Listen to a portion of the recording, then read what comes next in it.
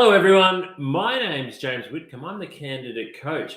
Thank you very much for joining me today for our session, How to Create an Amazing Resume. Over the next 45 minutes to an hour, I'm going to talk to you about why having a resume is important, how you can really use yours to your advantage, and what recruiters are going to be looking for, particularly in 2022. Now, for most job seekers, and you're probably the same, you put a lot of time and effort and energy into your resume. You put more time, effort, and energy into your resume than probably any other part of the job application process. For some people, their resume has been a document that has kind of evolved over the years. You might have written it 15 or 20 years ago, and as your career has progressed, and you've moved along with your work, you've kind of continued to update and change and add to your resume. Or perhaps you're at the start of the journey. Maybe you're a student and you're about to put your resume together for the first time. One of the great things about resumes is they can always be improved. They can always be improved. And so hopefully in your time with me today, you can improve your resume, even if it's only by doing one or two things. So don't be worried if you go through our workshop today and you think, hey, I'm doing most of these things that James says. That's fantastic. But if you can improve your resume by 1 or 2% today, that could make all the difference. Because when you're looking for work, it's always a competitive process. And the resume is often where we start as recruiters. Alrighty, I'm just going to do a few things here to share my screen with you today. We are coming to you live today via our YouTube channel, live via our LinkedIn and Facebook and Twitter pages. We're also coming to you live via many of our partner sites as well. So if you're watching on one of our partner sites that we provide candidate coaching services to, thank you very much for joining with me this morning. Okay, my quick couple of things that I need to run through you from a housekeeping point of view. If for any reason I do drop off the line, please wait for me to rejoin. I am coming to you live today. This is not pre-recorded. We're coming to you live. You can ask any questions that you like in our chat function, and we will answer them as we're going along. But just occasionally something happens and I drop off the line. If it does happen today, and it probably won't, just wait for me to rejoin the workshop. Ask lots of questions. As I mentioned, we've got a chat function today. And you can ask questions as we're going along and we'll answer them for you in real time. Or if you'd like to wait until the end of the session today, we'll also be able to answer your questions there too. But it's a really good idea to take lots of notes. Take notes as we're going along, because often when you're learning, when you hear something for the first time, that's a really powerful way for that message to be received. So how you hear something and how it resonates with you the very first time you hear it is really powerful. So remember how something stands out to you in the moment, and you can do so by taking lots of notes. But also, you can watch a recording of today's workshop. It will go straight onto our YouTube channel. So you can watch a recording of this workshop again. You can share it with any of your friends who might be looking for work if you like, but it will be there for you to access again at any time. And as I mentioned, further live Q&A in the chat function at the end of the workshop today. A little bit about me before we get any further. As I said, my name is James Whitcomb. I'm the candidate coach. I'm also a director at Smart Recruitment. So Smart Recruitment, we're an agency, and I've been employed at Smart Recruitment since 2005. And over that time, I've conducted over 3,000 interviews. I've conducted over 600 assessments. And I reckon I've read over 100,000 resumes. I think I've read over 100,000 resumes. I've seen some of the most amazingly good resumes, and I've seen some of the worst resumes that you can imagine. But there's not always a correlation between a good candidate and a good resume. So this is what a lot of people don't understand. They think, well, if my resume, if my skills and my experience aren't good, I really can't have a resume. That's not correct at all. You can have a wonderful resume.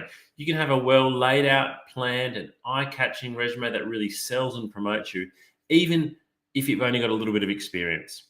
And I've seen people with less experience and less qualifications have a better resume, and therefore they leapfrog the candidates who might actually be better at the job, but their resume is not laid out in the right way.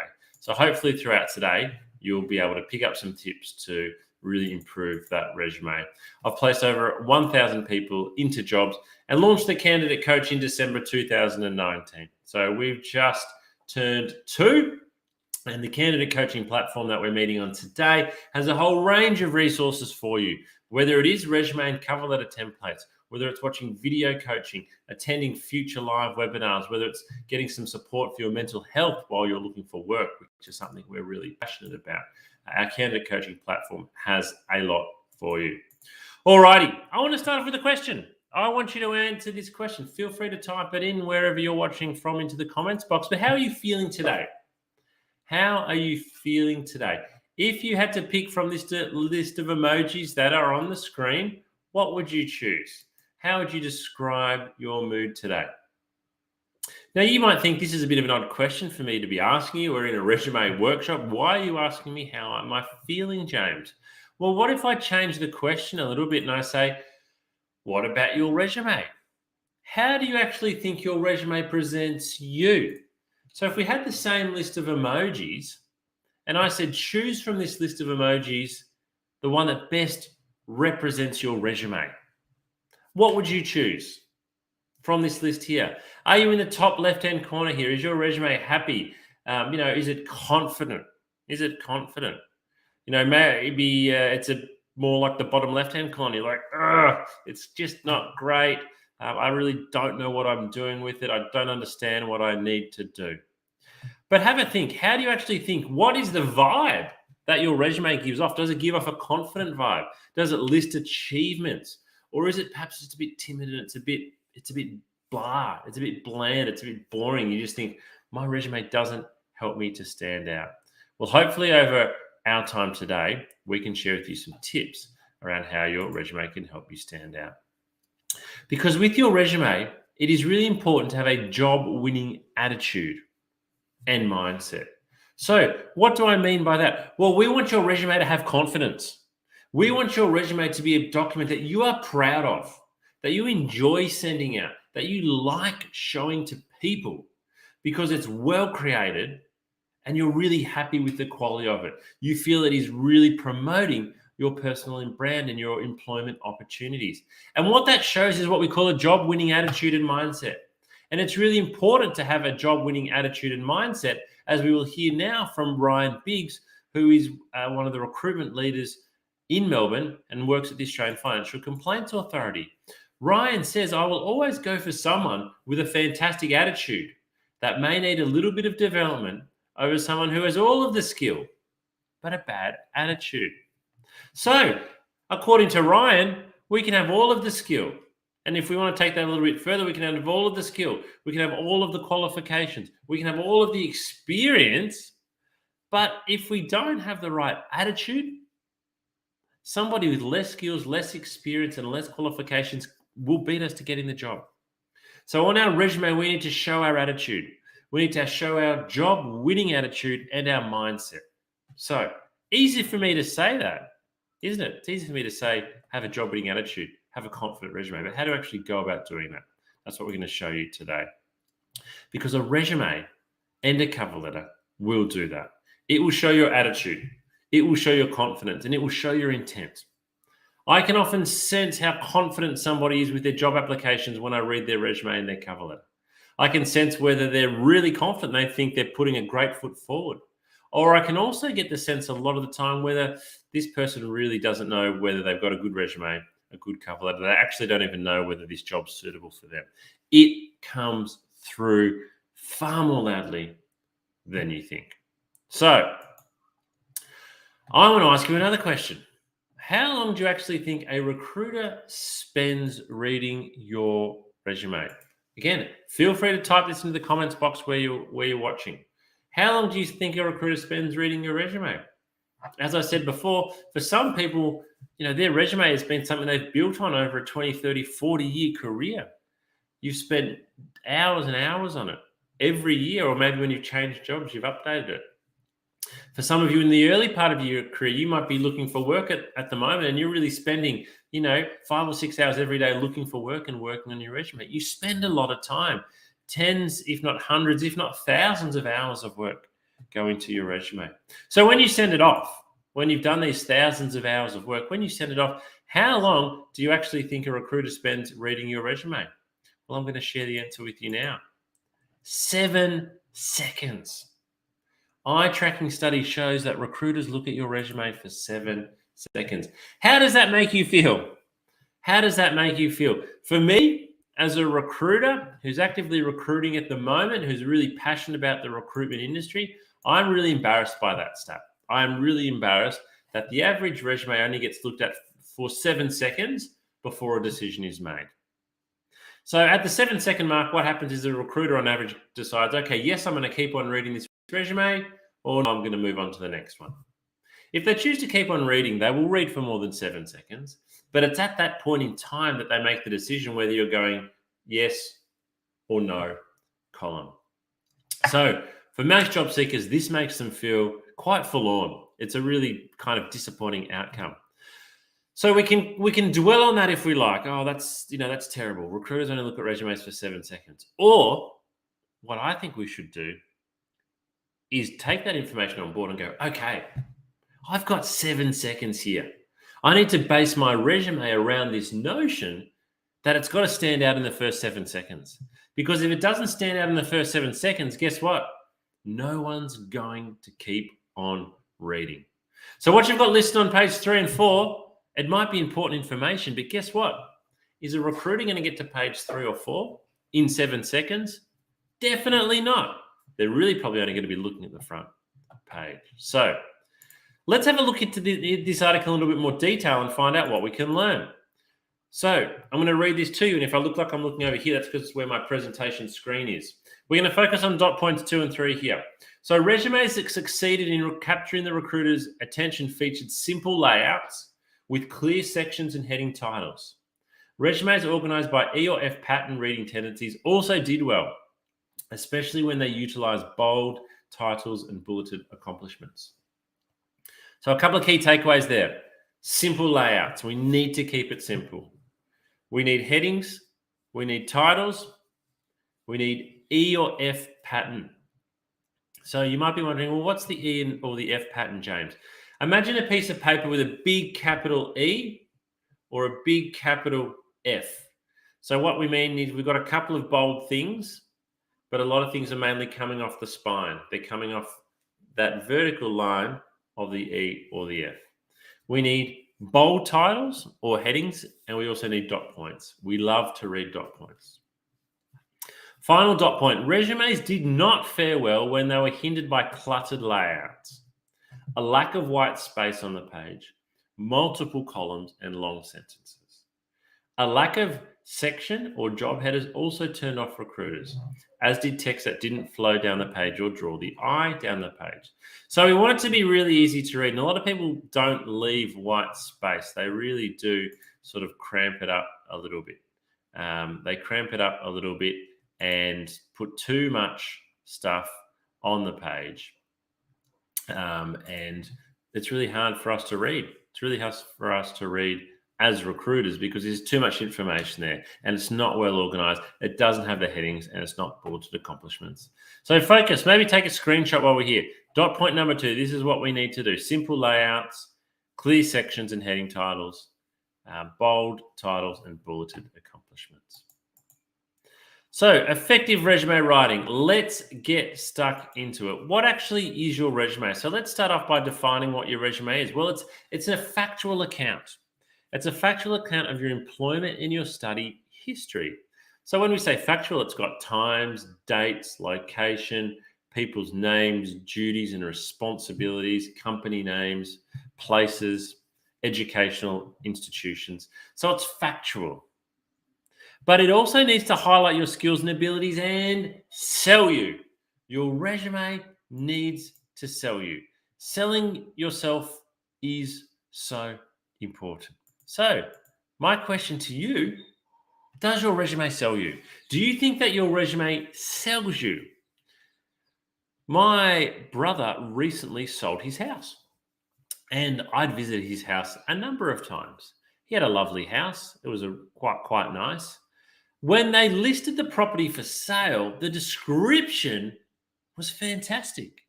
It talked about some of the things I hadn't even realized about the house.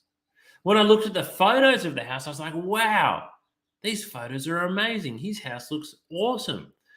What the real estate agent and the person taking the photos and writing the description had done is they had focused on selling the features of the house. There was no trickery. They'd not lied in anything, but they put the camera in the best possible angle, or they described the features that really stood out. Did they mention some of the things about the property that were a bit tired and dated? No, of course not. Did they take photos of the room that were a little bit dark and dingy? No way. Of course not. They highlighted the best parts of the property because they want to sell it. That's the attitude you need to take when you are looking for work. You need to sell yourself. You need to promote yourself. You need to be telling everybody that is looking at your resume and cover letter what the best aspects are of you, what you are going to bring to the job. Because you want someone to buy you. A bit like a real estate agent and a vendor want someone to buy their house, you want an employer to buy you. And they're not going to buy you unless you sell yourself. So my number one resume rule, and the thing that we'll keep coming back to today in our resume workshop, and we'll mention in our cover letter workshop, which normally follows our resume workshop later in the week, is that your resume needs to sell you. Sell, sell, sell. Think about it when you go for a drive in your car next. Notice the billboards on the side of the freeway. Notice the advertisements on the bus stop. Notice all the things around you that are trying to sell products. That's what you need to do on your resume. You need to be selling you because your resume is you. It's your personal brand. It is you on paper. Let's mention the best things about you. It's an advertisement. It needs to promote you. It needs to sell you. Okay. Hopefully I'm getting my point across here. Hopefully you can see after reading 100,000 resumes how passionate I am for you to be selling yourself on paper. So what do we actually need to stop doing then? Because there's some starting things, there's the stopping things. First of all, we need to stop thinking of our resume as dry. Stop thinking of it as a boring academic document. Your resume is not boring. It doesn't need to be boring. It doesn't need to be dry. It doesn't just need to be black, boring words on a boring white piece of paper. We need to start making it come alive. Making it come alive. We need to make it modern and updated and fresh and now. We need it to highlight how good we are. So again, we're coming back to we need to sell ourselves with our resume. We need our resume to highlight how good we are. Okay, we need to think of it as a fluid document. So what I mean here is, again, a lot of people, they will work on their resume and they'll finish it and they'll go, okay, I've finished working on my resume. I'm now going to go and apply for jobs. And they go and apply for 20 jobs over the next 2 weeks and they use the same resume. This is a huge mistake. It is a huge mistake. Your resume is a fluid document. It needs to change for every single job that you apply for. Every single job you need to send a different resume to. You might be sitting there thinking, James, that's so much work. I'm not asking you to rewrite your whole resume every time. You might only need to change one or two things on your resume. But let's go back to the 7-second rule. We've got 7 seconds to impress someone. 7 seconds to make them want to keep reading our resume. Is the key information for that one job standing out? Even if you're applying just for customer service jobs, you need to tweak your resume each time to make sure that your skills, experience, and achievements are really coming out clearly for that one job. For that one job. I suggest you apply for each job like it's the only job you can ever apply for. If you could only ever apply for one more job, how much effort would you put into getting your resume and cover letter right? All right. First step. So we need to learn to walk here. No, crawl before we can walk. Crawl before we can walk, and then we can hopefully run. But we need to crawl first. And the crawling, or the first step, is basic resume structure. So I can give you lots of tips and lots of tricks and templates, and we can talk about graphic design and things like that. But if our basic resume structure isn't there, well, it's like trying to put icing on a cake that's horrible, you know. it might look a little bit good on the surface, but as soon as you cut into it, there's absolutely nothing there because the structure is not great. Alrighty, let me zoom in on this. So I'm going to share with you a couple of different screenshots of resume templates that I've created. So basic resume structure. What have we got here on the screen? All right, let me talk you through a couple of things. Okay, up the top, we've got the person's name. We're calling him Joe Citizen here. This is just an example. It's not a real resume. We've got his name. It's bold. We've got a little bit of iconography there. We've got the LinkedIn logo, and then we've got a house, a phone, and an envelope. So I've got all the contact details letters there. I like to see a LinkedIn profile on the top of a resume. A lot of recruiters are going to look at your LinkedIn profile, and most of the time they're going to have to go and try and find it themselves. So if you can provide it for them on the top of your resume, it's really helpful. But it also shows that you understand the importance of LinkedIn.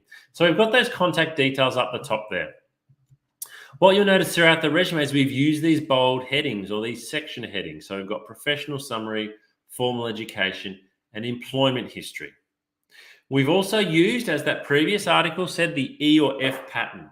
So you'll see we've actually got a thick line down the side here, but we've got 2 or 3 or 4 strong lines coming off it. So it kind of looks like an E or an F. But we've used a little bit of color as well to separate those sections in that soft orange line. All right, so professional summary. Now, some people might call this introduction. Some might call this objective or statement or career overview. But your professional summary here is 1 paragraph, 2 absolute maximum 3 sentences, and certainly no more than 4 or 5 lines. But it's a summary or a statement. And this is one of the things we need to change for every single application. So we want our statement here to be a bold statement saying who we are and why we want this job. Who we are, why do we want this job? So if you have something really generic and bland, it won't get read very often, or it will sound very generic and bland because the recruiters can tell when there's a bland introduction or professional summary there. So be really punchy here. Mention what your key skill is or your 2 key skills relevant to the job, why you're applying. It's a mini cover letter. It's a mini elevator pitch. It's 1 paragraph long. Then formal education. So if you have any formal education, particularly if it's tertiary qualifications, list them on your first page of your resume. Some countries like to list them last. In Australia, we need to list them on the first page of your resume. I've seen candidates who list on the 4th page of their resume that they've got a PhD and an MBA. But if we go back to that article, which tells us that recruiters on average only look at a resume for 7 seconds, do you think someone's getting to page 4 and seeing that you've got a PhD that you've spent 8 years learning? No, you've got to have your formal education on the first page. We then move into employment history. This is the way I would encourage you to lay out your employment history. So we have the company, we have the years. If it's been more than 3 years, I would just leave the year. If it's been less than 3 years, I would include the month. So you might say February 2019 to present. But if it was 2016, it kind of doesn't matter what year because you've been there for a long time. We have the company, we have the company name, we have the title, and then sometimes you might have a line or 2 just about the company, particularly if you're working for an organization that people may not have heard of. You might put a little bit of a blurb so the reader can understand what that organization does. If you've been working at a well-known organization, let's say you're a student and you've been working at McDonald's, you don't need to put an explanation there of what McDonald's is. We then break up each job into 2 sections. I call it primary duties and responsibilities, followed by achievements. Now, you'll notice I use the word primary here, and I've said on this template to list your 6 primary duties. So you can only list 6. That's why we call them primary, because your job has far more than 6 duties, but here we can only list 6. So you need to pick 6 primary duties that are relevant to the job you're applying for. So this is, again, where I come back to the reminder for you that your resume is a fluid document and you must tailor it for each application. You can only put 6 dot points in here. So look at the job advertisement and put 6 dot points on your resume that the job advertisement wants to see. Then for the next job advertisement, if it's not asking for the same 6 things, we need to change them. We don't lie, we don't make stuff up, but we can only pick 6 things here. So we need to pick the 6 things that are going to sell us for this one job at this one time. And then underneath that, we have achievements. And I've got list 3 to 4 achievements that you made in the role. Really important to list some achievements here.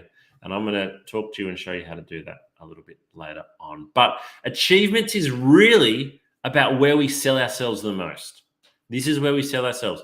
Your primary duties and responsibilities, most of the recruiters know that. And I'll use McDonald's again as an example. I've got a pretty good understanding of what somebody does if they work at McDonald's or KFC or something similar. I know what you did. But it's your achievements that show me how well you did it. And that's how you can stand out from other candidates, by showing how well you did and listing your achievements. It's absolutely critical. All right, let's have a look. Let's have a look at another template.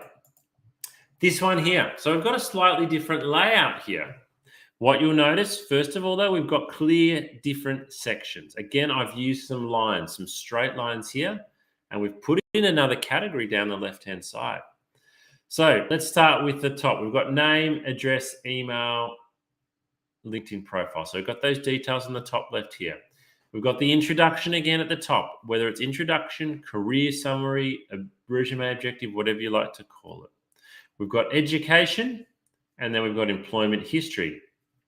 And again, we're following the same in terms of what we're writing for each section as per the previous resume. So we've got title, company, a little bit of an introduction.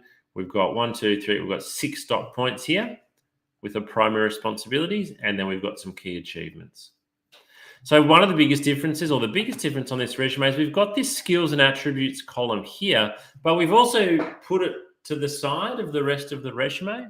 Now, some job types or some industries, and IT is one of these, skills and attributes, maybe it's IT qualifications or programming languages, are really, really relevant, and a lot of candidates need to have those on the first page. I like this layout because it makes it easy to read, and it's putting them to the side. It's not saying they're any less important, but it's kind of like saying, here's some supplementary information. Now, the great thing about both of these templates is you can go and download these templates from our candidate coaching platform. So go and get access to those, and you can complete them with your own details. So that's step 1, basic resume structure. Step 2, as you've already heard from me today, I'm really passionate about you selling yourself on your resume. And if you don't sell yourself, or your resume is not selling you, you don't have a great resume. It's that simple.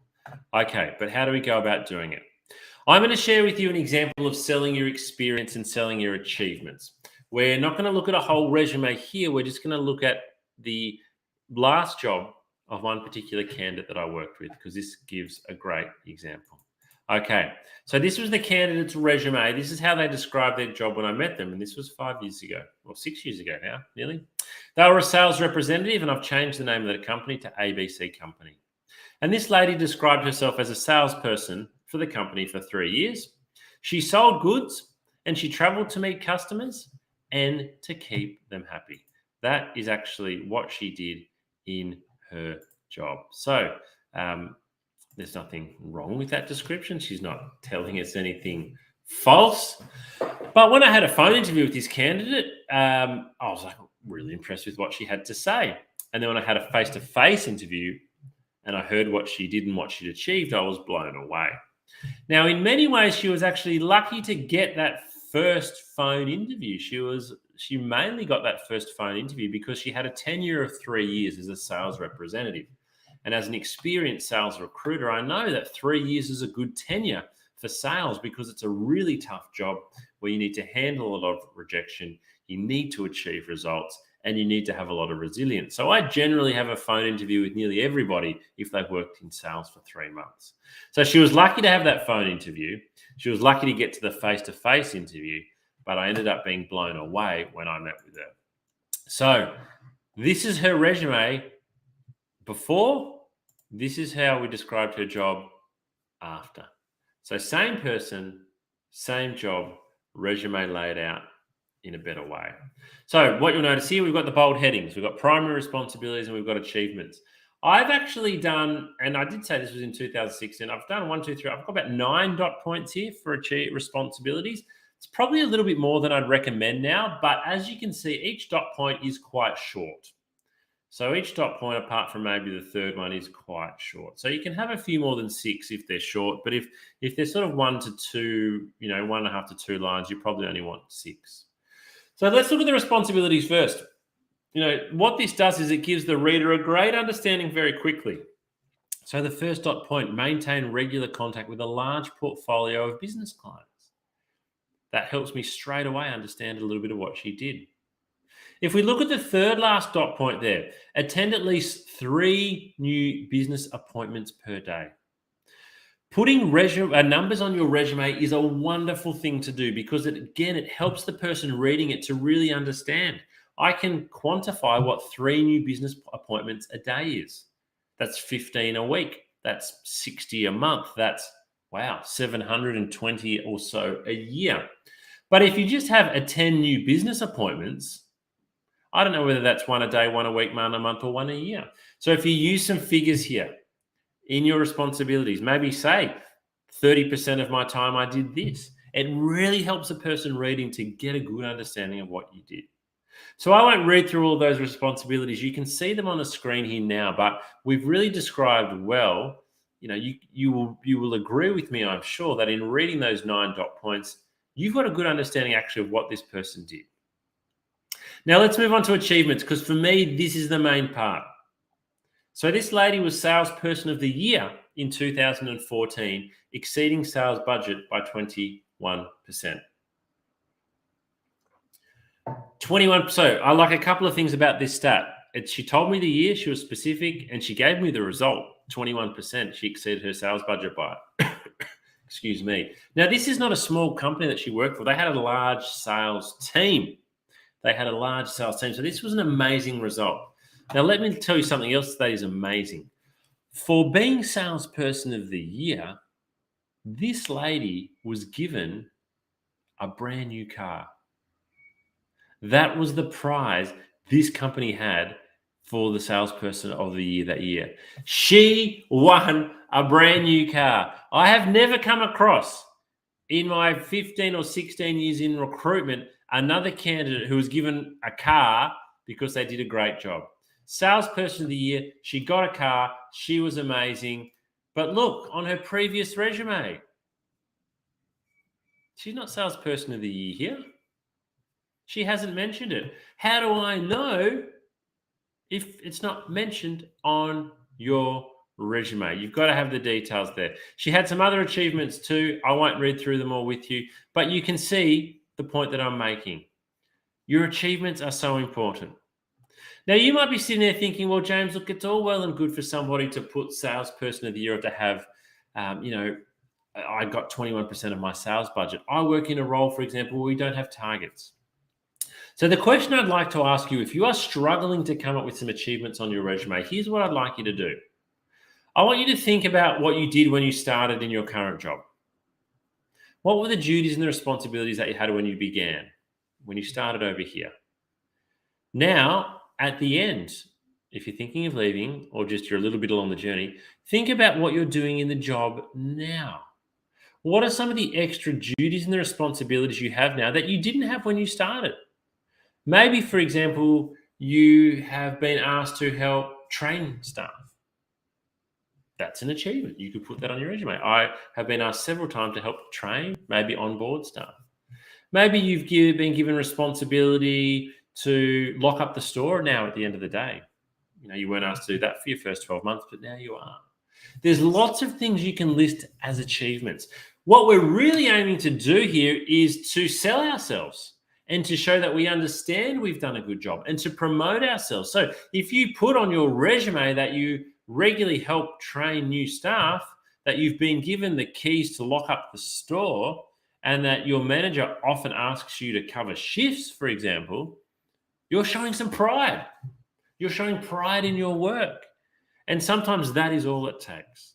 We are looking at lots of resumes. We are looking at lots of resumes every day from a recruitment point of view where people have done the same thing. So you want to make yours stand out, and you can sell your achievements, and that will really help. All right, third step. Let's make our resume visually appealing. Now, when we talk about making resumes visually appealing, a lot of this is going to come down to personal preference and personal branding. There is no right and there is no wrong here. The good thing is there is absolutely nothing wrong with having a resume that is visually appealing. So I'm going to show you now a really good shortcut. How can we do this in a way that makes it really easy? All right, so I'm going to show you now a website called Canva. You'll see the brand up there, or the top left-hand side, canva.com, canva.com. What I'm going to show you now is free. Canva is a great site full of different design things. You can go to Canva. What will you design? I want to design a resume, and click enter. What you will see load up on your screen there now is just a wonderful portfolio of graphically designed resume templates. So as I scroll down the page, you'll see row after row of beautiful, I would call them beautiful. I'm a recruiter. I love resumes. I think these resumes are beautiful. I think they are eye-catching. I think they are sexy. I think they will help you stand out if you choose one of these formats. Because don't forget, a lot of us recruiters, we can easily read over 100 resumes every day. That's 500 resumes every week. So when most of those resumes are black words on white paper, black words on white paper, black words on white paper, if you suddenly then see a resume that's got some color and is pleasing to the eye, it stands out straight away. But it's not always easy to do. So that's why something like Canva is absolutely wonderful. Now, let me show you how easy it is to use. Let's say, let me find one that I might like to use. And again, not all of these are going to be to your liking, or not all of these resumes are actually going to be appropriate for you. These resumes in particular are best if you're looking to create a resume probably of 1 to 2 pages in length. Let's just say, for example, this one here, Chiaki Sato. Let's just say I like this one here and I want to make that my resume. You simply click on the resume. It then opens it up for you. I might zoom in a little bit so you can see what I'm doing here. And then everything here is editable. So I would put my name in, James Whitcomb. That's a bit large, so we need to make it a bit small so it fits in. James Whitcomb. I put in my title here. I'm a recruiter. If I want to put my own photo in, I've got my own photo saved in here somewhere. There we go. Oops. Now I drag my photo up into there. There we go. So I've got, and then I just continue to go through and I change all the details around for mine. So obviously you don't leave any of the details here. Oh, I'm wearing the same shirt and jacket. That's coincidence. We need to change all these details. We can't lie. We're not lying on our resume, but we'll go through here and we'll just edit everything up. And then we can add another page if we want and continue to add different bits and pieces. But as you can see straight away, how different does that look from a normal resume? It looks very, very different. And this to me, at the very least, this to me would make me realize that this job seeker had put in a fair amount of effort. Their resume is important to them. They understand their resume is important to them, and they've gone about creating some effort. So, yep, we'd put in, maybe this is our summary here.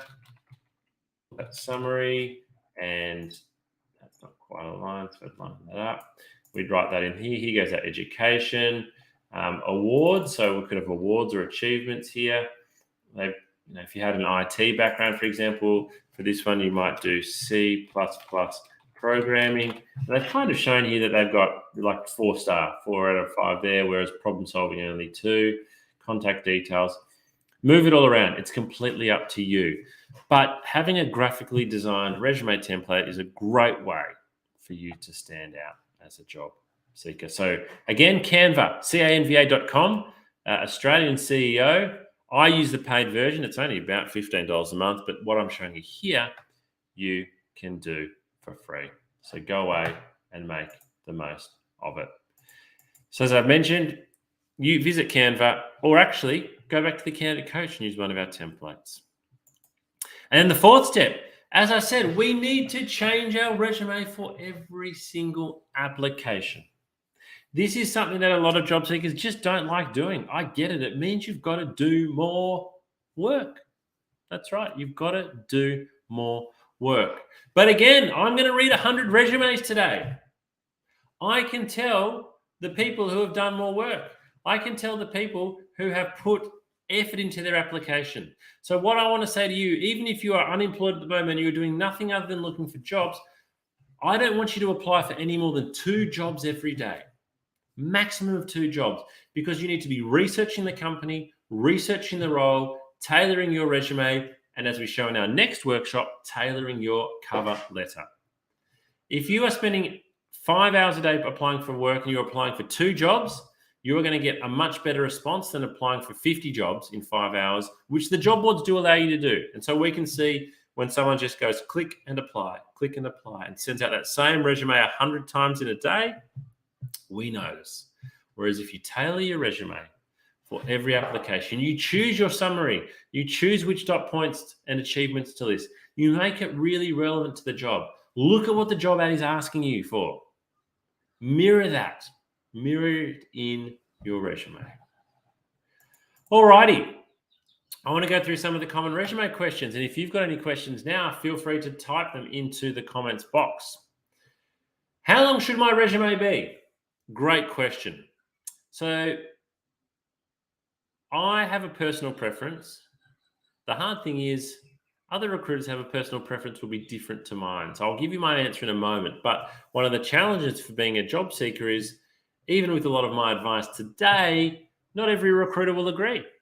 Some recruiters will say, I do like a graphically designed resume. Some will say, I do prefer black on white. So you can't please everyone all the time. I used to say a good resume is 4 pages long. I then said, I think about 3. I'm probably now at 2 pages.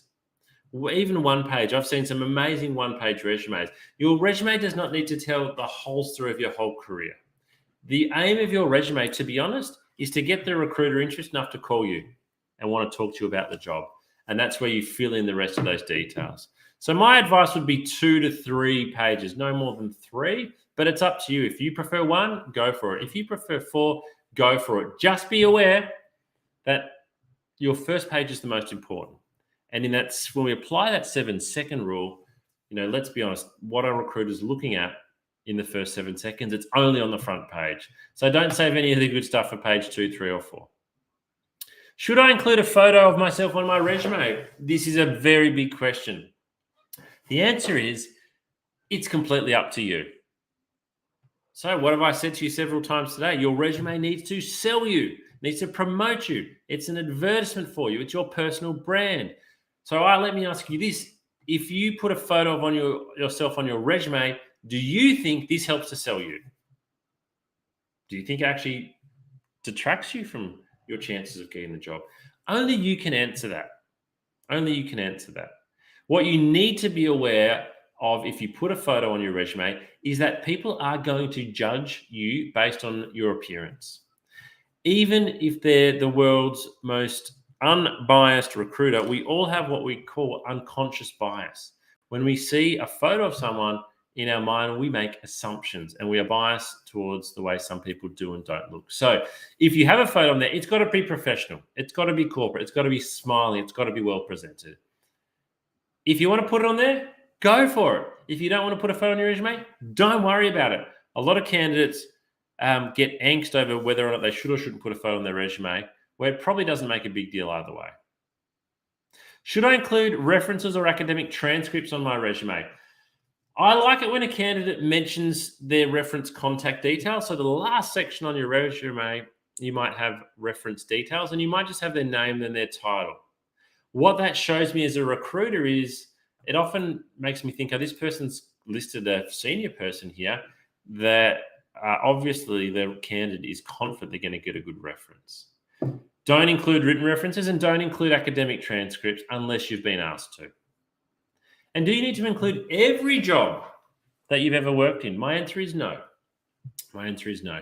If you've had a 25-year career, we want to focus on the last 5 to 10 years. The job you had from 2000 to 2005, for example, the skills and experience you got in that job are not going to be anywhere near as relevant, given it was 20 to 17 years ago, as what you've done now. So normally what I would do is you might list, the jobs from the last 10 to 12 years in great detail. And then, for now, you might have roles prior to 2010, and you might just literally dot point company name, your title, and the years. Alrighty, so a summary of today. Sell your skills, sell your experience, and sell those achievements. You really need to sell your achievements.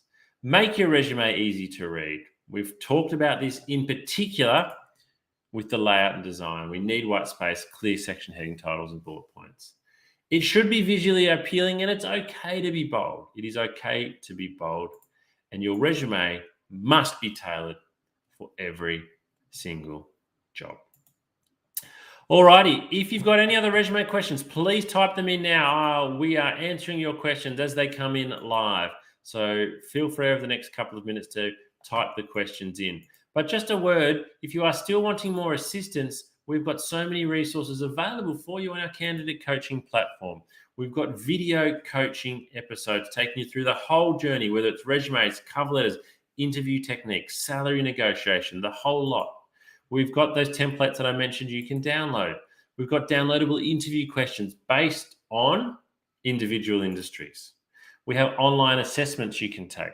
Practice your skills for the job you're going for. We have checklists like the video interview checklist you can see on the screen there now, which will help you to make sure you're best prepared for a video interview. We have articles that you can read. We have specific advice and tools for executive job seekers, and we have mental health support. And all of this, as well as our live upcoming workshops. We run 8 workshops most months of the year, 2 to 3 workshops most weeks of the year. All of this is available for you for free on your candidate coaching platform. Would love to get your feedback from today. Please take some time to complete the 2-minute survey. You will see that on your screen now. We would also love for you to follow us on LinkedIn. We post a lot of information on LinkedIn, a lot of tips, a lot of tricks, a lot of tools. We advertise all of our upcoming workshops. So please follow our LinkedIn page. That is The Candidate Coach, all one word, but maybe take a screenshot of that because we're about to move on. We've got some questions coming through in the chat. I'll answer those just in a moment via the chat. But we'll finish today with this particular video. This video here is really important to us because a lot of people, whoops, what have I done there? Gone to the wrong screen. A lot of people do struggle with their mental health when they're looking for work. And it's not something that anybody should be ashamed of. So in this video, we're going to show you how to look after your mental health when looking for work. We look forward to seeing you at our next workshop. Thanks very much for joining us today. The chat function will be open until there's no more questions. Enjoy the rest of your day.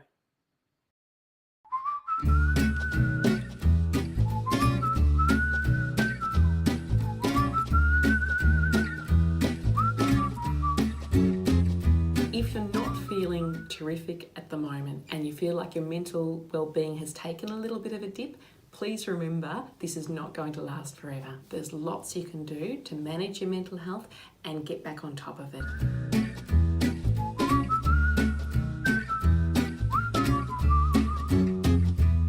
I am Dr. Sarah Barker. I'm a clinical psychologist. I've worked in workplace mental health with Black Dog Institute for the past 7 years.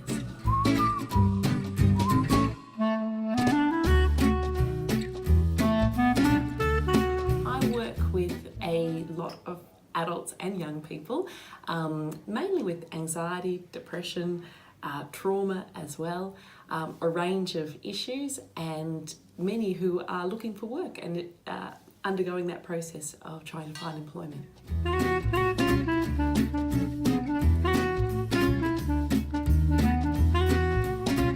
Looking for work causes mental strain because our identity is tied up with our work. Work gives us meaning, it gives us purpose, it gives us company and connection. So it's stressful for lots of reasons looking for work, and it can take a toll on our mental health.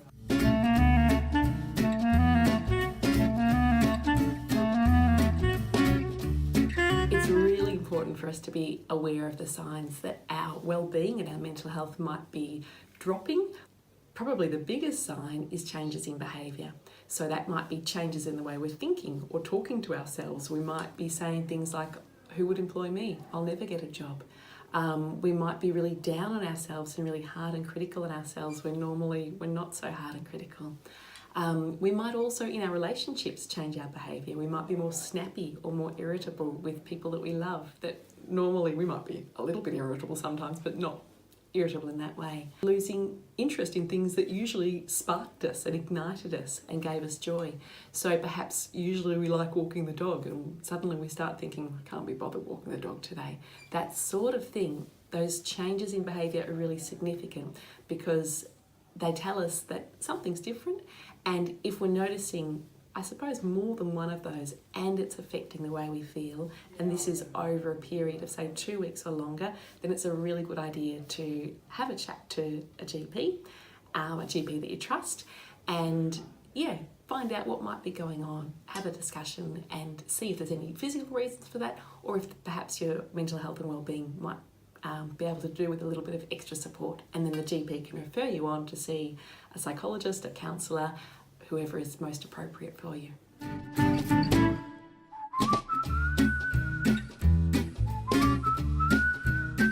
There are so many great things you can do to look after your mental health when you're looking for work, and it's really important that you do. My very top tip would be really talking kindly to yourself and being compassionate with yourself.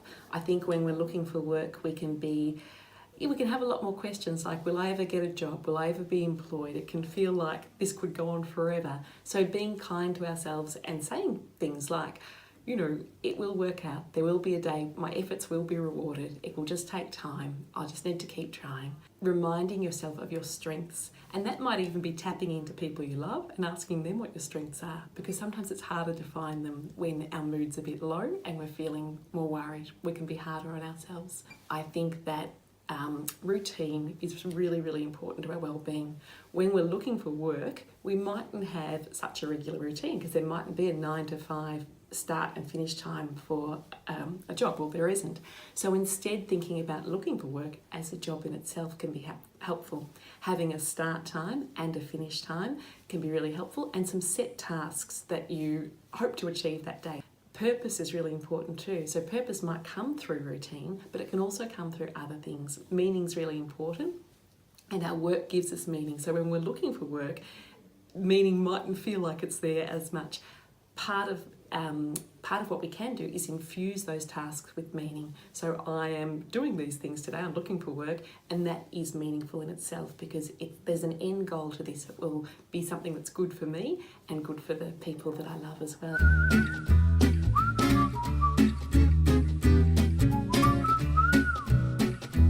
Some excellent resources for looking after well-being when looking for work are the Headgear app. The Headgear app is free, it's evidence-based, it's developed by Black Dog Institute, and it is fun to use.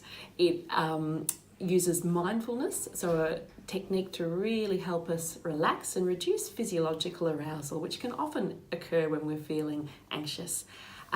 It's got a 30-day challenge, which is just short, bite-sized little challenges to extend your well-being and grow your well-being, and that can be really extra important when we're looking for work.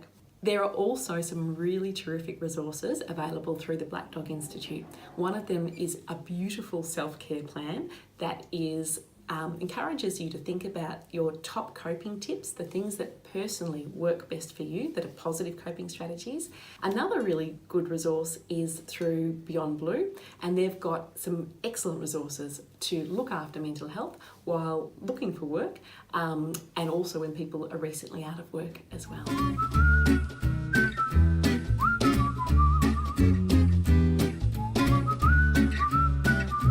Probably time to seek professional assistance when you notice your mood is lower and you're feeling more down than usual, when you're worrying more and perhaps worrying excessively about things that you wouldn't normally worry about, and perhaps in your relationships too, when you're more tense with people and perhaps more snappy or irritable.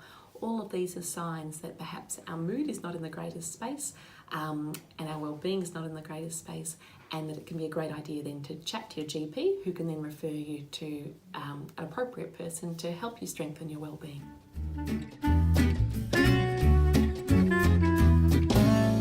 It's very common for people to have a dip, but please know that that's not going to last forever, and that there's lots you can do through looking after yourself, but also through getting access to professional support that can really give you a boost again and get you back feeling good as you're looking for work.